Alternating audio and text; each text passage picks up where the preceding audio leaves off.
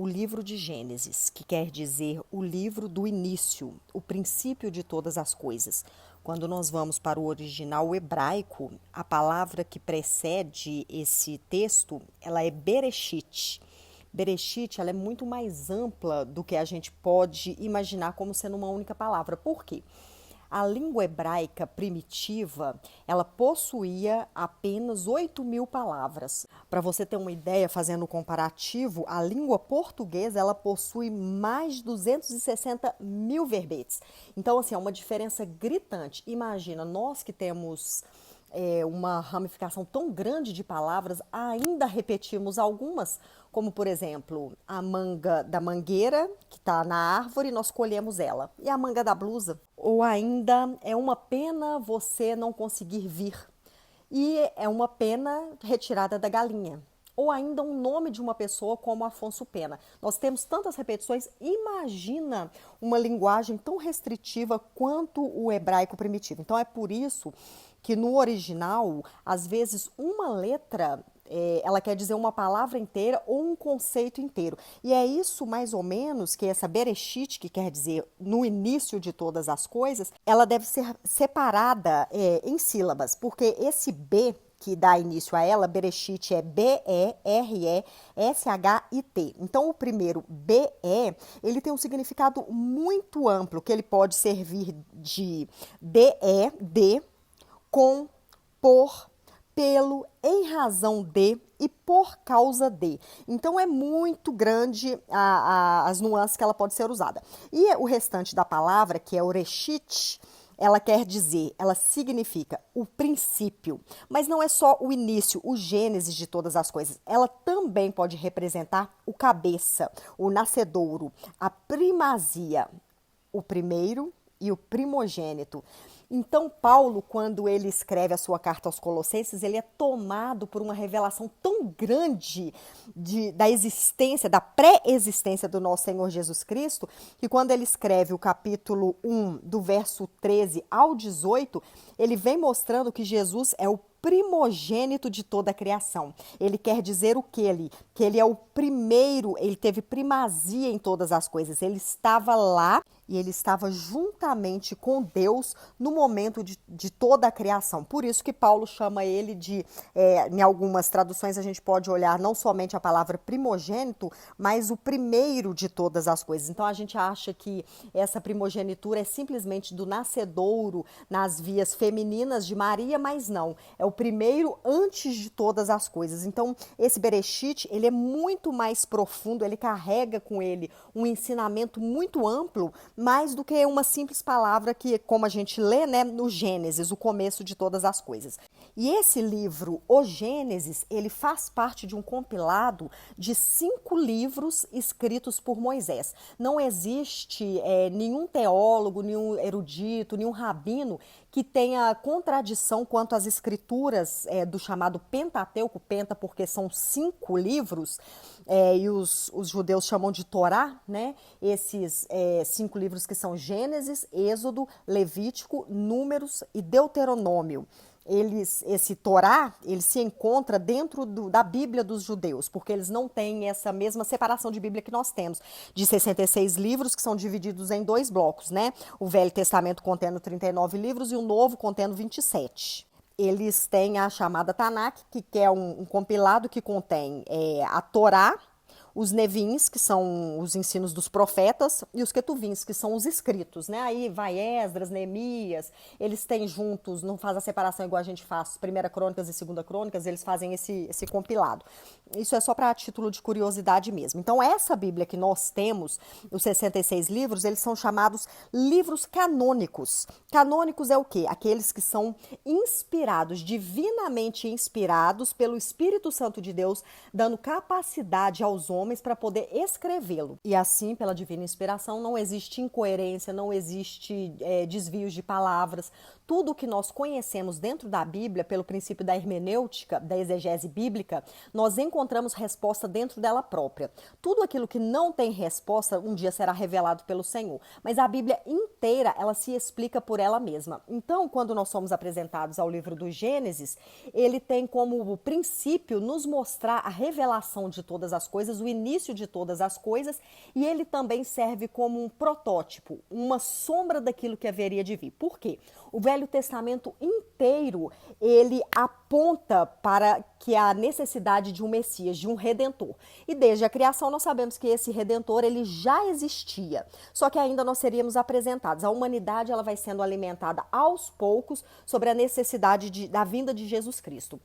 Quando nós chegamos no Novo Testamento, nós somos apresentados a esse Messias, o Jesus Cristo, que é aquele homem que é aguardado para redimir o povo e a nação de Israel e, consequentemente, todas as nações da terra. Então, quando nós estudamos o Velho Testamento ou o Antigo Testamento, nós olhamos Jesus, nós vemos Jesus, encontramos Jesus como se fosse por um microscópio. Existem muitas coisas grandes que são colocadas e ele é apresentado de uma maneira sombreada, quase que escondido.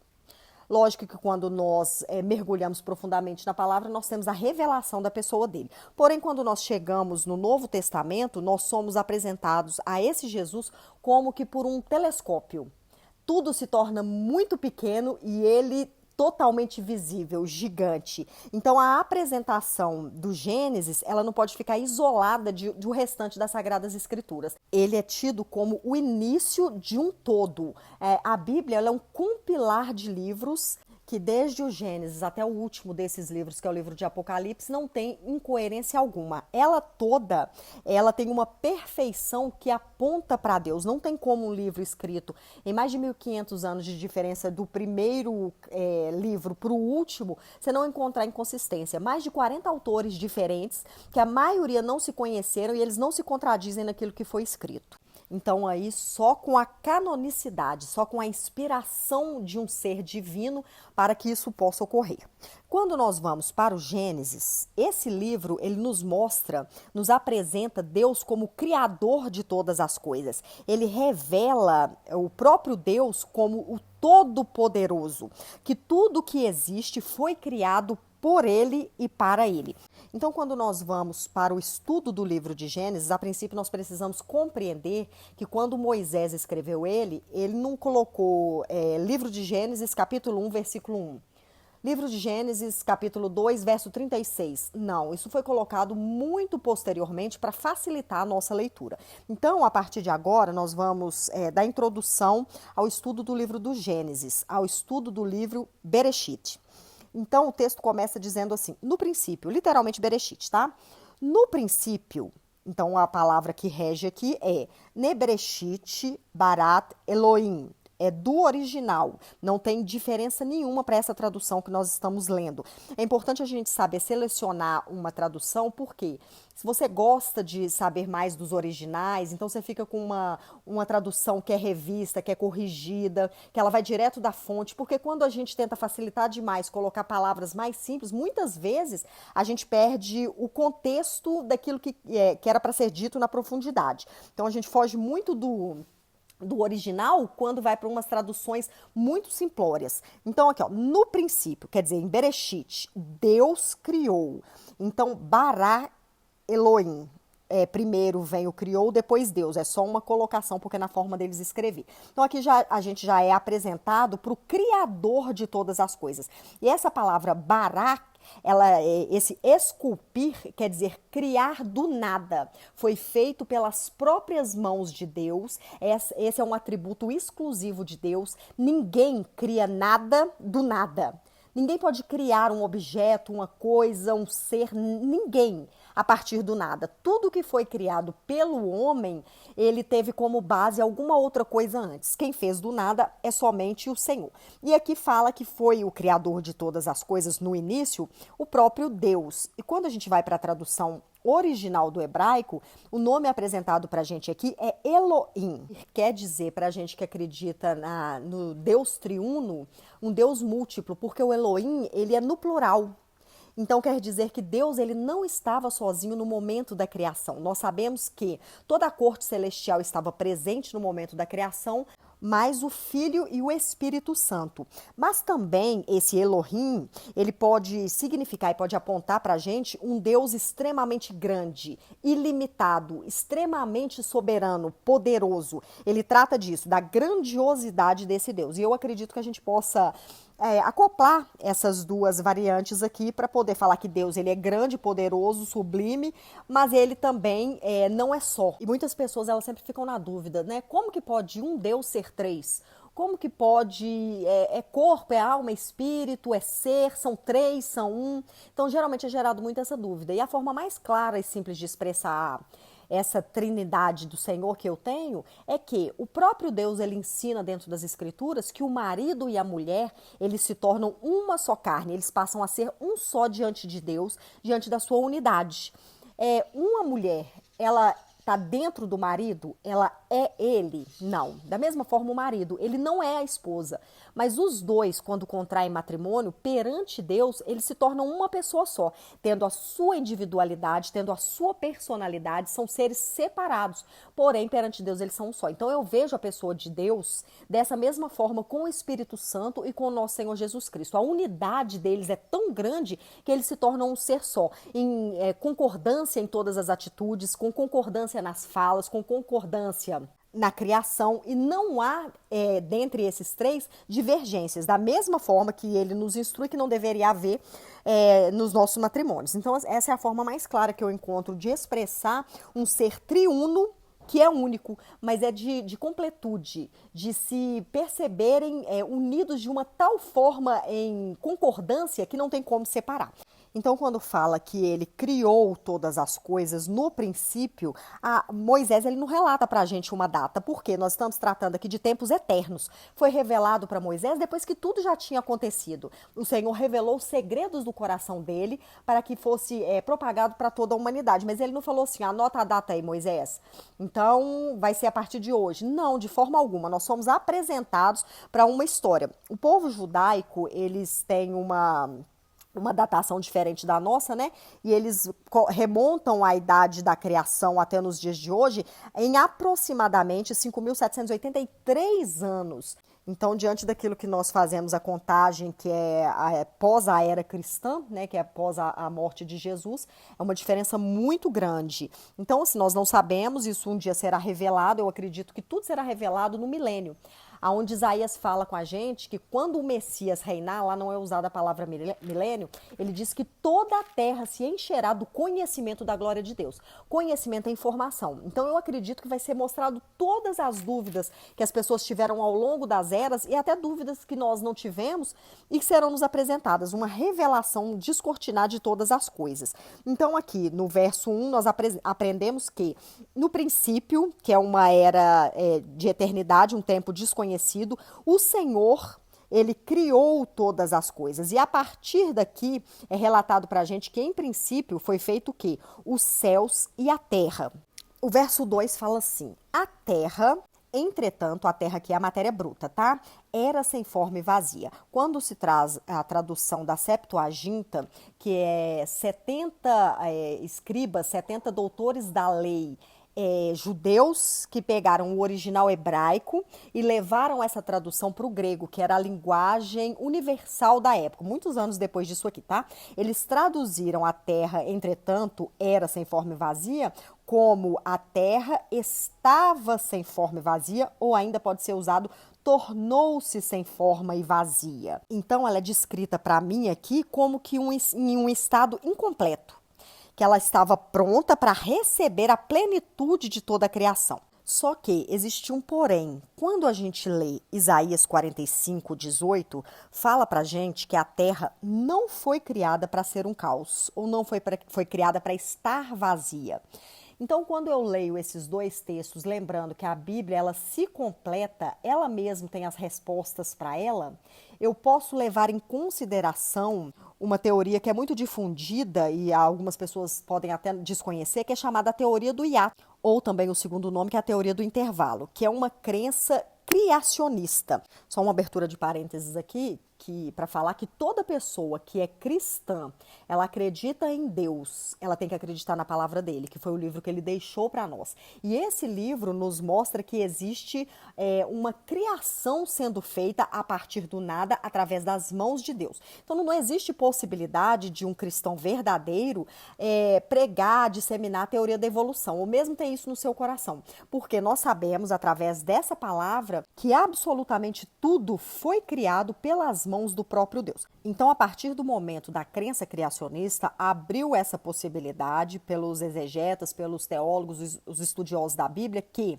se no princípio aqui a terra tornou-se sem forma, ou ela estava sem forma e vazia, e lá em Isaías fala que a terra não foi criada para ser um caos ou estar desabitada, existe aí uma possibilidade de um hiato de tempo entre o versículo 1 e o versículo 2, aonde existia algumas outras coisas que a Bíblia ela não nos relata, tá? No céu, nós sabemos, por completude da palavra de Deus, pelos os outros livros que nos são apresentados, que existia uma pré-existência do homem, anjos, existia o próprio Lúcifer. Nós sabemos pelas Sagradas Escrituras que esse anjo anteriormente chamado Lúcifer, que após a sua queda ele foi chamado de Satã, ele rebelou-se e foi expulso dos céus.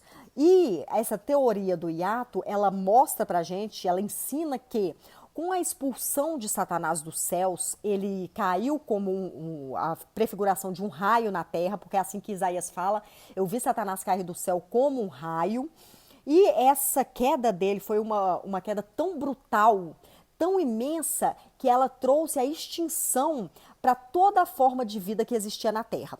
A Bíblia não me fala que existiu dinossauros. Algumas pessoas costumam usar o livro de Jó como base para falar em animais gigantescos, que como um gole só de sua boca ele bebia rios inteiros, mas são mensagens que a gente pode entender de uma forma subjetiva, que também dá base para outras interpretações. Porém, as pessoas que são cristãs, elas não são tapadas, não têm os seus olhos cegos para aquilo que a ciência consegue comprovar. Quando nós falamos de teoria da evolução, é uma suposição diante daquilo que pode ter havido. Quando nós falamos em descobertas arqueológicas, não existe argumentação que possa ir contra aquilo que é visível. Então, são achados ossadas de dinossauros ao longo de décadas. E são muitos e muitos tipos, muitas espécies em diversos lugares do planeta. Então, não tem como a pessoa ser cristã e falar que dinossauro não existiu. É óbvio que existiu. E, segundo a ciência, eles foram extintos por um grande meteoro. Então, essa teoria do hiato, ela apresenta esse meteoro, entre aspas, como a queda do próprio Lúcifer, que causou a extinção de toda a espécie de dinossauros. Então, como se Deus quisesse dar um reset no mundo, depois dessa vacilada horrorosa que um anjo que ele admirava muito deu, ele passa a falar para a gente que a Terra estava sem forma e vazia. Houve, então, a necessidade de uma, eu não vou dizer recriação, né, mas de uma criação de todas as coisas novamente, porque a Terra não poderia ficar inabitável da maneira que ela estava. Tudo o que aconteceu, até mesmo a rebelião de Satanás, estava dentro do plano de soberania total de Deus. Quem não acredita nessa teoria do hiato, ou do intervalo, que nós vamos ser apresentados a ela um dia para saber se ela é ou não verdade, fica com a explicação básica da Bíblia, né, que não existe um período entre o verso 1 e o verso 2. A terra estava lá sem forma e vazia e Deus começou a criar todas as coisas. A escuridão cobriu o mar que envolvia toda a terra. E o Espírito de Deus, aqui no original está o Ruá, quer dizer o quê? A presença de Deus envolvendo todo esse caos para trazer vida. E ele se movia sobre a face das águas. Verso 3, e disse Deus, ele dá uma voz de comando aqui para mostrar que a ordem ela deve ser cumprida quando ele abre a boca para falar. Aqui nós somos apresentados com a soberania de Deus, ou seja, a vontade dele, o controle dele, o reino e o domínio dele devem ser feitos em todas as coisas. Então, a partir do poder da sua palavra, ele diz, haja luz. E houve luz, porque simplesmente a palavra dele traz à vida o que não existe como se já existisse. E é bacana a gente ver que o próprio Deus ele é apresentado para a gente nas Sagradas Escrituras como a luz. ele fala, haja luz, então a presença, a manifestação dele traz luz para todas as coisas. 1 João 1,5 fala que Deus é a luz. 4. Viu Deus que a luz era boa e separou a luz das trevas. Então Deus ele ficou satisfeito com os seus atos criativos, que são admiráveis, são perfeitos. Tudo que Deus faz é excelente. E essa luz aqui da criação é a mesma que nós presenciamos nos dias de hoje. O verso 5. Chamou Deus a luz dia e as trevas chamou noite. Houve então a tarde e a manhã. Este é o primeiro dia. Então, uma vez que a luz ocorreu antes do sol e da lua serem criados, aqui nós não temos a determinação que é um dia de 24 horas, tá? A referência que nós temos aqui é um dia de Deus. Se não tem sol e não tem lua, como que vai ser cronogramado esse dia de 24 horas? Não tem como. Verso 6. Depois disse Deus, haja entre as águas um limite para separá-las em duas partes. A palavra hebraica usada aqui para descrever céu e firmamento, ela é raquiã, que representa algo que foi batido, pressionado para poder cobrir uma superfície que é muito grande. Então, Moisés ele está sugerindo para a gente aqui uma expansão acima da terra com grandes reservatórios de água, provavelmente para poder reter as águas das chuvas. 7. Fez, portanto, Deus o firmamento e separou as águas estabelecidas abaixo deste limite, das águas que ficaram por cima. E assim aconteceu. Ou seja, o que ele está falando aqui para a gente? Que a água, ela cobria todas as coisas. Não existia terra aqui ainda não. E Deus ao firmamento deu o nome de céu. A tarde passou e raiou a manhã. Este foi o segundo dia. Então disse Deus que as águas que estão sob o céu se reúnam num só lugar, a fim de que apareça a terra seca. Ou seja, a terra emergiu como se fosse um submarino saindo das profundezas do mar, vindo à tona à superfície. Foi isso que aconteceu. A terra ela veio para cima e apareceu. Só que pelo milagre de Deus, ela apareceu totalmente seca. Então, o que nós vemos aqui é a terra sendo feita, sendo formada para poder receber um reino vegetal, para poder ser cheia de beleza e para poder se tornar alimento para esse reino vegetal. Uma coisa que é importante a gente falar, que desde o início de todas as coisas, quando Deus ele cria a natureza e ele fala isso é bom, ele mostra para a gente que nós somos seres criados para apreciar aquilo que é belo, para gostar da beleza, para ter os nossos olhos cheios aqui a princípio da natureza. E o desvirtuar do cristianismo nessas eras de maldade para a implementação do reino das trevas, porque nós sabemos que o mundo jaz do maligno e há necessidade de formação de ideologias para que o anticristo ele surja, a gente vem assistindo há pouco tempo, mas de uma forma muito forte, porque os poucos, os que estão a favor desse sistema das trevas, eles fazem muito barulho. Então parece que a gente vem sendo oprimido, mesmo sendo maioria. Então, o que nós vemos? A desconstrução de tudo aquilo que é bonito, a desconstrução do belo. Você pode olhar as propagandas, as passarelas, eles só têm apresentado pra gente, abre aspas, uma beleza relativa, uma beleza desconstruída. Aquilo que eles querem forçar goela abaixo para ser bonito. Não é bonito. Não é pronto. Existe pessoa bonita e existe pessoa feia. Beleza, todos nós somos iguais perante Deus, só que tem gente que é bonita e tem gente que é feia. Vou fazer o quê? Vou brigar contra a própria natureza? Quando a gente olha para um jardim florido e olha para um jardim ressequido, murcho, a gente vai admirar qual? É lógico que é o que é florido. Na natureza, os pássaros machos, eles geralmente são muito mais vistosos, têm muito mais cores do que as fêmeas, para poder chamar atenção, para poder atrair a beleza dela. O homem, o ser humano criado por Deus, ele enche os olhos dele para uma mulher que é bonita. A não ser que o cara seja muito feio, lógico que ele não vai sair atirando pro lado de uma mulher bonita, isso aí é sem condição. Mas se ele é um cara bacana, legal, ajeitado, ele vai querer uma mulher bonita. Os olhos dele foram criados por Deus para admirar o que é belo. Então a gente tem que tomar muito cuidado com essa desconstrução do belo e com essa nova implementação dessa ordem satânica para poder mostrar que o feio é que é bonito, que o errado é que é o certo, que os caminhos que levam para o inferno são os que são satisfatórios, aqueles que alimentam o nosso eu, aqueles que dão o prazer para a carne. A desconstrução do certo, ela está muito ferrenha nos dias de hoje. Então que a gente possa tomar muito cuidado com isso e não ter essa relativização daquilo que é certo. Verso 14, Deus outorgou o nome de terra. Terra no original hebraico é Adamá. Então aqui nós já vamos compreender a derivação do nome de Adão, porque ele veio da terra.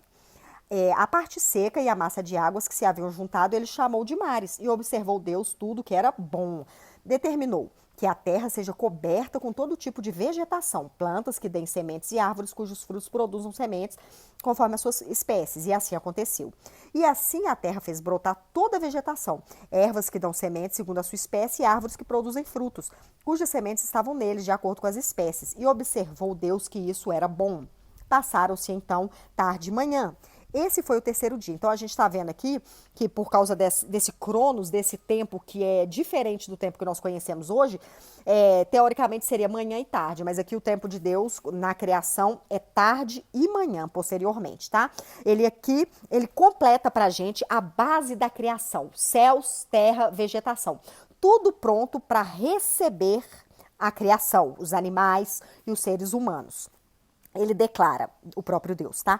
Haja luminares. Do original hebraico, a palavra aqui é medrote, que são instrumentos que trazem luz, no firmamento dos céus, a fim de separar o dia da noite e que eles sirvam de sinais para definir as estações, os dias e os anos. Então, por meio desses luminares, desses instrumentos usados para trazer a luz, a terra recebeu a luz necessária para ter o sustento da vida. Então, hoje, a gente pode ver que nenhuma planta, nenhuma vegetação, nada existe, nem mesmo o ser humano, sem a iluminação do sol e sem a iluminação da lua, que não serve somente para embelezar os céus, mas para guiar a vida, as estações e os dias e os anos.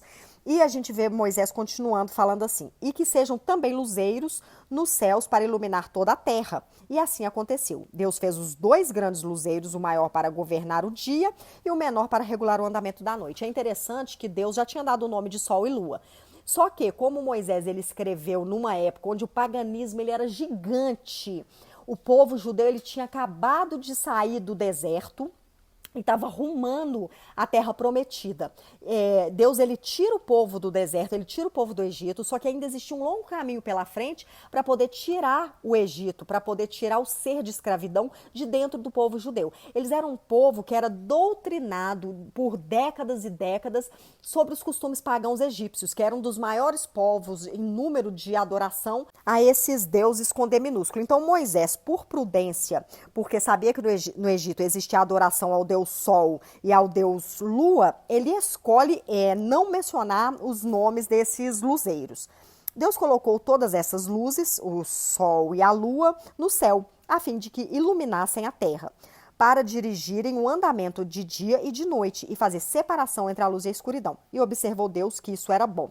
A gente vê essa criação de todas as coisas aqui, do Sol e da Lua, parecendo que as estrelas elas ficaram numa dimensão muito menor, muito mais afastada, mas não quer dizer numa proporção de criação de inferioridade. Nós sabemos que tudo tem uma grande relevância dentro da criação. Aí o texto continua falando, passaram-se a tarde e a manhã, esse foi o 4º dia. Então nós vemos o complementar do 3º e do 4º dia, dando essa base para Deus colocar toda a criação nessa terra criada. Disse também Deus, fervilhem as águas, ou seja, brotem de uma maneira sobrenatural, o fervilhar de seres vivos e que as aves voem acima da terra, sobre o firmamento do céu. E assim aconteceu. Aqui é o aparecimento súbito da criação, o que difere o criacionismo do evolucionismo. O evolucionismo, ele mostra pra gente que o ambiente que faz a seleção natural. Então, por meio dos indivíduos que são melhores adaptados, eles têm maior chance de sobrevivência. Até aqui, beleza, é verdade. Eu, por exemplo, sou criadora de aves. Quando um filhotinho nasce em uma ninhada e ele é muito menor do que os outros que estão fortes, estão buscando alimento, automaticamente o pai e a mãe param de tratar dele. Para quê? Para que haja uma seleção natural e o mais forte predomine. Se ele é pequenininho, ele é fraco, com certeza ele vai crescer da mesma forma e vai ter uma chance maior de morrer na natureza. Beleza, isso é verdade. Só que a teoria da evolução ela não para aqui. Darwin ele fala pra gente que tanto o homem quanto o macaco ele tem um ancestral em comum. Que esse ancestral durante um período, ele foi dividido, né? Uma parte foi para homem, outra parte foi para macaco. Então teve uma ramagem de um lado e uma ramagem de outra. Mas muito antes disso veio de uma ameba, que veio para um peixe, que veio para um animal que rastejava até chegar nos primatas. E nós sabemos que, biblicamente falando, os macacos, eles são criatura de Deus. O homem foi feito à sua imagem e semelhança. Então, por isso que a teoria da evolução, que é uma teoria, é uma pressuposição de algo que eles acreditam que possa existir, ela é falha perante as Sagradas Escrituras. Verso 21. Dessa forma, Deus criou os grandes animais aquáticos, aí pode colocar jubarte, orca, golfinho. Se tiver um biólogo de plantão, vai colocando os outros nomes dos animais gigantes que foram criados, todos, né? E os demais seres vivos que povoam as terras em conformidade com as suas muitas espécies e todas as aves, ou seja, tudo aquilo que voa, também de acordo com as suas espécies. E observou Deus que isso era bom. Na tradução original do hebraico, quando fala desses animais aquáticos, tem também animais estirados, que são aqueles que rastejam, que podem ou não entrar na água. Aí vai entrar serpente, enguia, peixes, lagartos.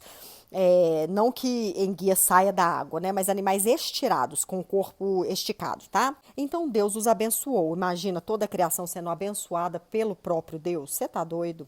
Declarando: sejam fecundos, multiplicai-vos, enchei as águas dos mares, e também as aves, e se multipliquem na terra. Passaram-se a tarde e a manhã, este foi o quinto dia. E disse Deus: que a terra produza seres vivos segundo as suas espécies, rebanhos domésticos, animais selvagens, todos os demais seres viventes da terra, cada um de acordo com a sua espécie. E assim aconteceu. Aqui a gente abre a base para acreditar na evolução das espécies já criadas por Deus. Por exemplo, quando Deus ele cria os animais domésticos, eu não acredito que ele tenha criado todas as espécies de gatos. As misturas foram feitas e foram ramificando para outros tipos com o passar dos tempos. Da mesma forma, os cachorros. Né? Existe raça de cachorro nos dias de hoje que não existia no passado. Óbvio que algumas por hibridez humana, por criação em laboratório, e outras pela própria diferenciação da genética do próprio animal. Deus fez, portanto, todas as feras selvagens segundo as suas espécies, os rebanhos domésticos conforme as suas espécies, répteis, todos os demais seres viventes, cada qual de acordo com a sua espécie. E viu Deus que era bom. Aí vem o 26, que é o ápice, o suprassumo da criação de Deus. Então Deus determinou: façamos, mais uma vez aqui, né, o Elohim, Deus na sua plenitude, junto com o Espírito Santo e o nosso Senhor Jesus Cristo, e muito provavelmente toda a corte celestial. Aí ele determina: façamos o ser humano à nossa imagem, de acordo com a nossa semelhança. Ele não criou um Deus. Ele fez um ser humano que era para possuir as mesmas características que são dele. Que naquela época os atributos de Deus, que são eternidade, onipotência, onisciência, imutabilidade, hoje eles são inerentes a Deus. Os atributos que são comunicáveis a mim, ser humano, eles são amor, fidelidade, misericórdia, que eles são comunicáveis tanto a mim quanto a Deus, mas tem os específicos que são de Deus. E quando ele faz o ser humano à sua imagem e semelhança, ele está dando para ele o atributo que é exclusivo nos dias de hoje, antes da nossa regeneração, que são exclusivos de Deus, que é o quê? A imortalidade. O homem, ele foi feito para ser um ser imortal. E nós sabemos que por causa do seu pecado, foi retirado temporariamente esse presente que foi dado a ele. É por isso que as pessoas têm tanto medo de morrer. Por isso que as pessoas elas ficam na expectativa, o que será que acontece depois da morte? Essa nossa sede, isso que existe dentro do nosso coração, que a gente fica com tanto medo de não ter uma vida pós-morte, é por isso. Porque o nosso gene, o nosso DNA vindo diretamente de Adão, sabe que nós somos seres criados para sermos imortais. Mas por causa do tal do livre-arbítrio lá, né, que algumas pessoas pregam, na minha opinião, erroneamente, que o livre-arbítrio existiu só até o Jardim do Éden e depois ele foi retirado. Eu não acredito dessa forma. Eu vejo inúmeras passagens dentro das Sagradas Escrituras que me mostram que o livre-arbítrio ele caminha junto com a soberania de Deus.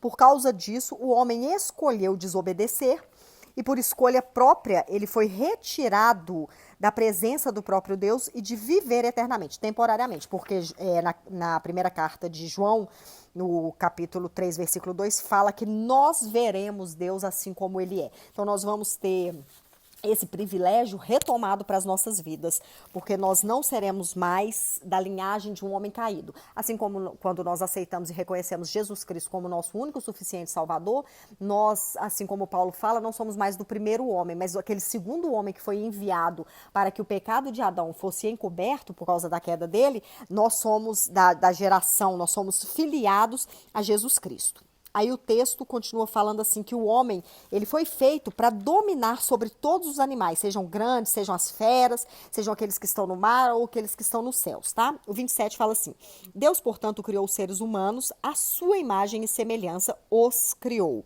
Aqui nós já vemos a criação dos dois na fala de Moisés, no escrito de Moisés. No original, quando nós vamos ler sobre a criação do homem, quando fala que o Senhor macho e fêmea o criou, não quer dizer que Adão ele tinha uma fêmea, um lado feminino dentro dele. Não, é porque Eva foi retirada de dentro dele. Ela foi uma parte dele, como se fosse um ser que foi partido ao meio, foi retirado da sua costela e foi formada ali a mulher. Então Deus dá a ela o fôlego de vida, igual ele deu o fôlego de vida a Adão. E o bonito da gente ver que a Bíblia, na soberania de Deus, nas suas escrituras, ela já antevê um problema que nós teríamos nos dias de hoje. Por quê? As Sagradas Escrituras, quando ela fala sobre a criação do homem e da mulher, ela não fala feminino e masculino, homem e mulher, aquele que se sentia mulher, aquele que se sentia homem. Não, ela usa um termo biológico, onde é imutável, porque é científico, é comprovado. Macho, aquele do sexo masculino, que na biologia é XY, e fêmea, que é XX. A pessoa pode se sentir, pode achar o que for. Contra a biologia, não há argumento. Contra a criação de Deus, não há argumento. Então, Deus fez macho e fêmea através da criação de um único ser. 28. Deus os abençoou e ordenou: sede férteis e multiplicai-vos. Aquela época não tinha ninguém na terra. Então, eu acredito que você ser cristão e achar que você precisa continuar povoando a terra, eliminando os nossos recursos naturais, está totalmente fora de coerência, tá? Essa ordenança, eu acredito que ela foi restritiva aos primórdios da humanidade. Vocês povoem a terra, sujeitem toda a terra, domine sobre ela, sobre os peixes, sobre as aves, sobre todo animal que rasteja sobre a terra, seja vocês aqueles que dominem. E acrescentou Deus: eis que vos dou todas as plantas que nascem por toda a terra. Aqui é um princípio básico do vegetarianismo, tá? Porque até então não era permitido ao homem se alimentar de carne. E também eu acredito, dentro do que eu estudo, que todas as plantas, as ervas daninhas, é óbvio que a Bíblia especifica, mas todas as plantas que são nocivas aos seres humanos, elas foram disseminadas após a queda. Eu falo as plantas que podem fazer a pessoa viciar, como a maconha, como a folha da coca e a flor do lótus, se eu não me engano. Então, assim, acredito que foi por causa da maldade e do disseminar, do controle de Satanás sobre a terra, porque após a queda do homem, o controle e o domínio da terra foi dado a Satanás. Então, o texto continua falando: por toda a terra, aquelas que produzem sementes, e todas as árvores que dão fruto com sementes. Esse será o vosso alimento. Também dou a todos os animais da terra, e todas as aves do céu, todos os répteis da terra, e todas as criaturas em que há fôlego de vida, todos os vegetais existentes, como mantimento e o seu sustento. E assim aconteceu. Então, Deus contemplou toda a sua criação, e eis que tudo era muito bom. Todas as coisas que Deus fez, ele demonstra uma imensa satisfação extrema diante de toda a beleza, de toda a plenitude. Desde o menor ser criado até o maior, tudo está em perfeita sintonia, de acordo com aquilo que Deus fez. E o capítulo 1, ele termina falando: então Deus completou a obra da sua criação, houve assim tarde de manhã, e este foi o sexto dia.